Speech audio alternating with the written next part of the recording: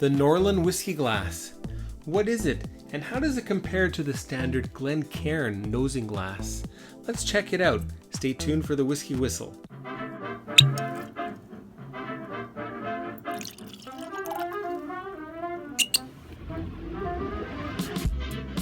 What's happening, my whiskey people? Mark here from Whiskey Whistle on YouTube, sharing a little whiskey awesomeness from Winnipeg, the center of North America, bringing you the Norlan Whisky Glass, finally on the show.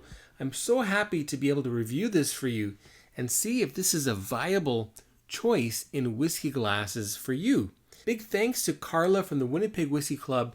Really appreciate that. So nice of you to lend this to me so that I can review it on the channel. I am so thankful. We're going to compare that to the Glencairn, basically the industry standard nosing glass for whiskey. This came out, I'm thinking, about 20-ish years ago. And it was basically the only thing used all over in all countries for all distilleries up until around about 5-6 years ago. Now, the Norland, this is interesting that they actually did crowdfunding and ended up with 1,000 times the amount of 1,000%, 10 times the amount of money that they wanted to raise. They ended up raising, and they sell a lot of these, and they do all kinds of different sorts of designs and black ones and etc. etc. So very interestingly, that has become essentially a whiskey-based glassware company that has exceeded and gone beyond where they started. So very cool.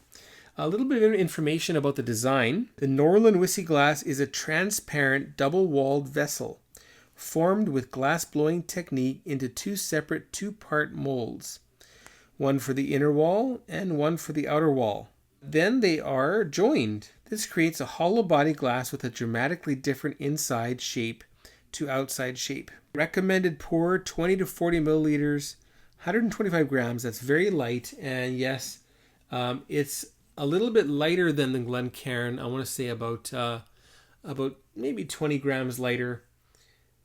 So very, very light, fairly sturdy. It's not quite that really extremely thin glass blowing, hand blown glass type of thinness, but a little bit thinner gauge than that one. Packed in an elegant tube with one microfiber polishing cloth included. Good job. Very smart to include that. That's about a $10 value, up to $20 depending on where you buy your glass polishing microfiber cloth.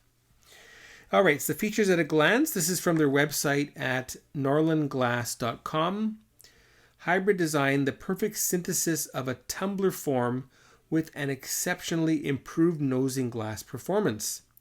Aesthetics, modern lightweight design featuring double-wall glass, combining a faceted base with a curved inner bowl.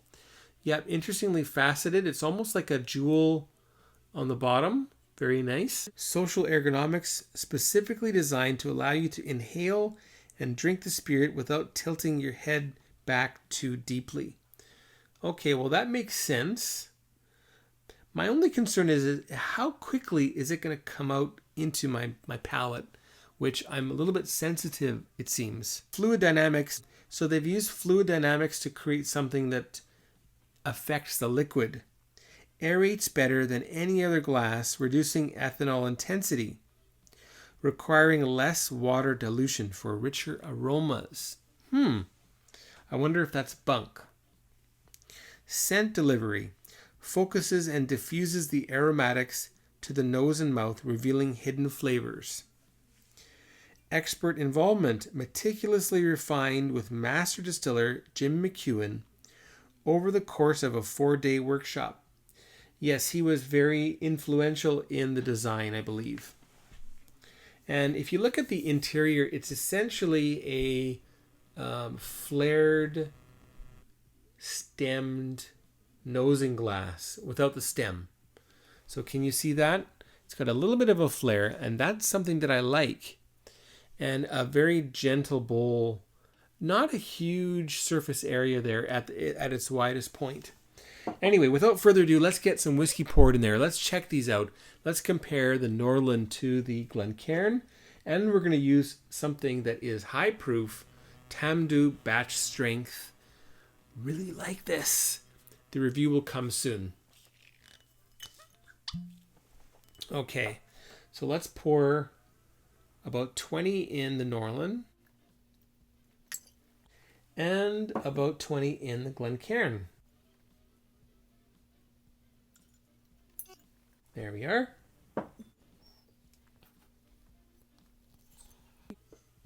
First of all, before we get into the nosing, let's look at the style of the glass.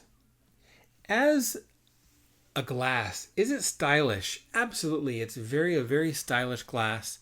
Very unique that the whiskey sits in the inner bowl. Meanwhile, there is a secondary wall there. That's very unique. And that'll prevent the whiskey from warming up from your hands. So that's a nice feature, that it's a tumbler, but you can hold it and it's not going to warm up the whiskey, which I don't think is a great thing to do, but some people do like that. Probably with some sherried whiskeys like this one, it might actually be nice. It really prevents the transference of heat from your hand to the liquid. Now, I really wonder about these little ridges on the inside. Can you see them? It's kind of like an icebreaker.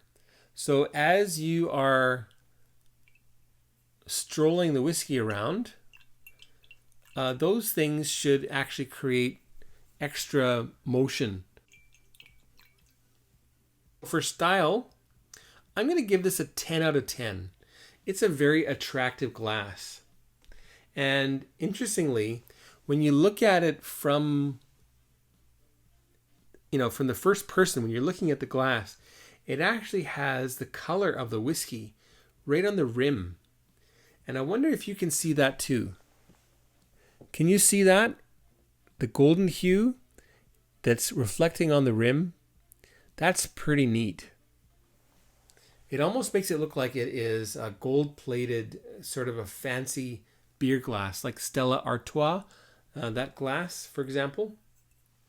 Very attractive. I wonder how sturdy this would be. And if I had the money, what I would like to do is I would like to take a glass of each of these and drop them and see what happens. Maybe drop them on not quite a hard, maybe a hardwood floor, not a tile floor. They would both smash. But on a hardwood floor from about this height, if I drop them, would they both smash? Which one would smash first? From which height? That would be something that I would like to know. I have a feeling that the Glencairn is a little bit sturdier. Anyway, so 10 out of 10 for style. Now, let's check out the nosing capacity, the nosing ability of this glass.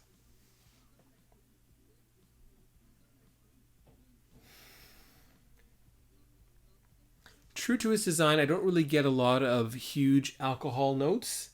Let's compare that to the Glencairn.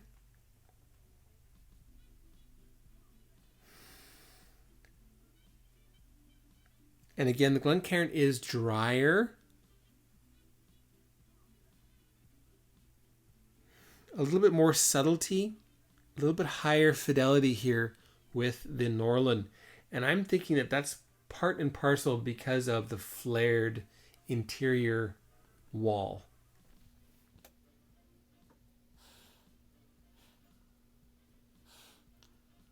So a slightly more enjoyable nose. I'm going to give that 9.5 out of 10 for its nose, compared to an 8.5 or 9 for the Glencairn. On to the palate. Let's see how this performs palate-wise. Cheers, everybody. Now, I'll tell you right off the bat, I don't like how it feels in my mouth. It feels very thick. It feels like I'm putting an ornament in my mouth. So that would take getting used to, and probably your sense of touch would get used to it after maybe 5 or 10 uses. I've only tried this twice now. Once at Carla's place with her husband, we tried a whiskey after a whiskey club event. Sorry, everybody else. Well, anyway, that was the reason was for me to receive this glass, and then she ended up pouring something, and we had a nice little after event.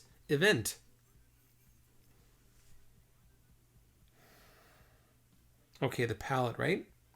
Okay.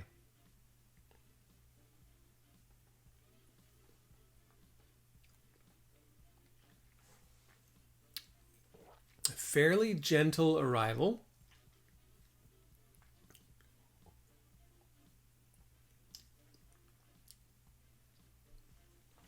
And yes, you don't have to tilt your head back too far.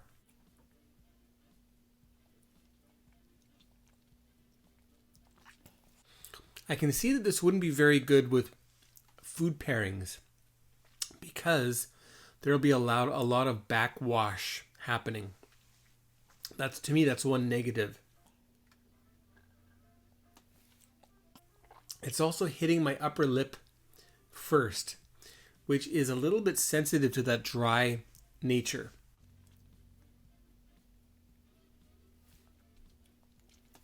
I think you can get used to it, but slightly off-putting for me.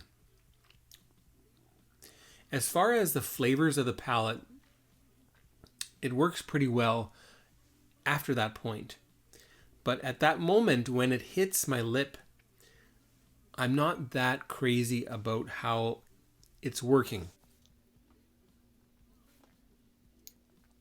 Well, let's compare to the Glencairn.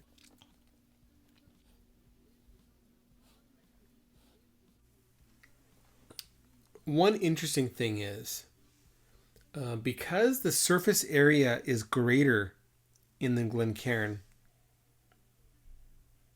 there is a little bit more you're getting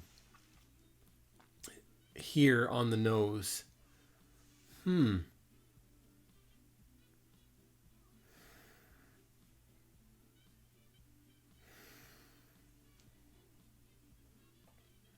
I won't downgrade it though. 9.5 out of 10.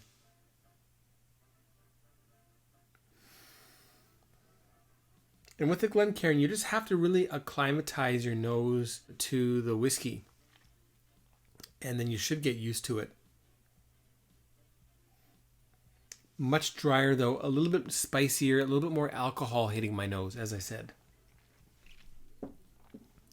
The palate on the Glencairn doesn't hit the top lip there.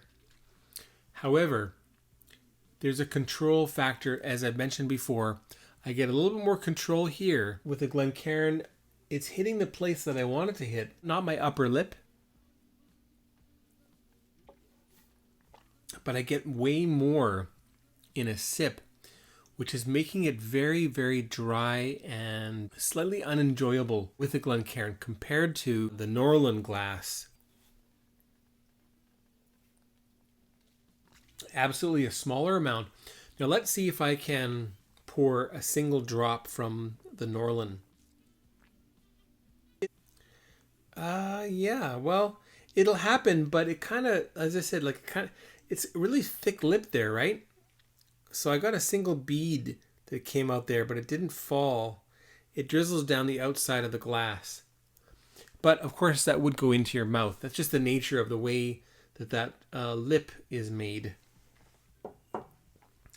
And I think you saw before, if you watched the previous 2 glass reviews, that it's really hard to pour a tiny amount with Glencairn. As soon as you reach the tipping point, it really just sort of pours out.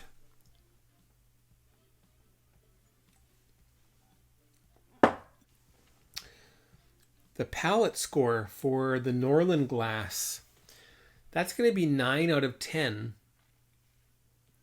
roughly a dead heat with the Glencairn.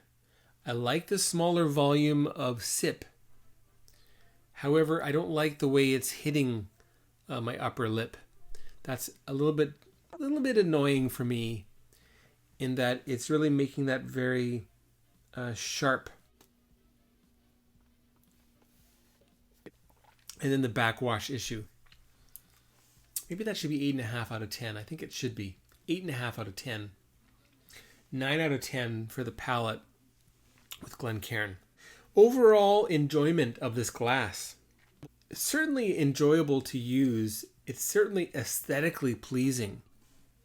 There are some ways in which this is very adept towards creating a great whiskey tasting sort of event. The nose is nice. The style is certainly nice. The palate is where this thing falls apart for me. But otherwise, it's certainly interesting. I don't know if I would be using this on a daily basis if I had some. I think it would be something that I'd like to try on occasion, especially if a guest came over, because they're just so unique. And if you are a person who drinks a larger sip anyway, so probably not a whiskey critic or whiskey reviewer, but just your typical whiskey lover, works great for simply drinking. Absolutely. And in that case, probably the results would be different. But for the quantities that I'm sipping, in order to really decipher what a whiskey is all about, this is not quite the glass for me. And I don't think that many whiskey reviewers will use this glass as opposed to just the standard Glencairn, and probably something like the Tua would be a better choice for picking apart a whiskey, as would be the Peugeot Impitoyable. Well, let's get on to the whiskey glass score. What's the score going to be for the Norlan Whisky Glass? Considering its style, elegance, this is eye candy for sure. Nosing, yes, it works very well. But the palate is where this really just doesn't work. So I'm going to give this an 89 out of 100. That's it. Yep, 89 out of 100 is the WhiskyWhistle Whisky Glass score for the Norland Whisky Glass. It's attractive, it's appealing, works great for smelling, doesn't work that great for sipping in a whiskey tasting setting.